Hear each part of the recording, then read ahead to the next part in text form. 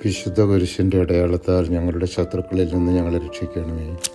ഞങ്ങളുടെ തമ്പുരാനെ, പിതാവിൻ്റെയും പുത്രൻ്റെയും പരിശുദ്ധാത്മാവിൻ്റെയും നാമത്തിൽ ആമേൻ.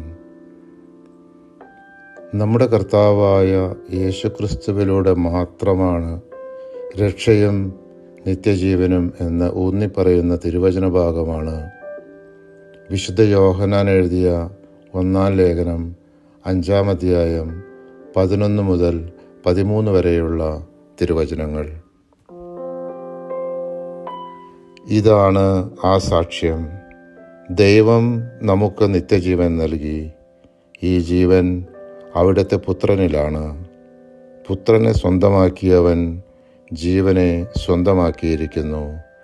ദൈവപുത്രനെ സ്വന്തമാക്കാത്തവന് ജീവൻ ഇല്ല.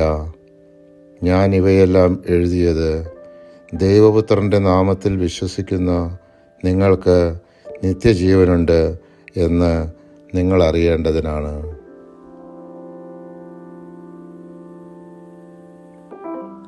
തൻ്റെ ഏകജാതനായ പുത്രനിൽ വിശ്വസിക്കുന്ന ഏവനും നശിച്ചു പോകാതെ നിത്യജീവൻ പ്രാപിക്കേണ്ടതിന് ദൈവം തൻ്റെ പുത്രനായ യേശുമിശിഹായെ നൽകുവാൻ തക്കവണ്ണം ലോകത്തെ സ്നേഹിച്ചു.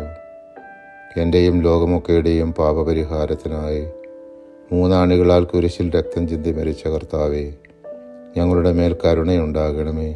ഞങ്ങളെ ശിക്ഷിക്കരുതേ.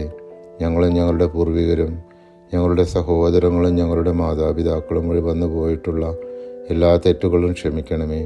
കടങ്ങൾ ഇളച്ചു തരണമേ. ഞങ്ങളെ അങ്ങയുടെ സ്വന്തമായി സ്വീകരിച്ച് അങ്ങേ അരൂപിയിലൂടെ നയിക്കുകയും ചെയ്യണമേ. ആമേൻ.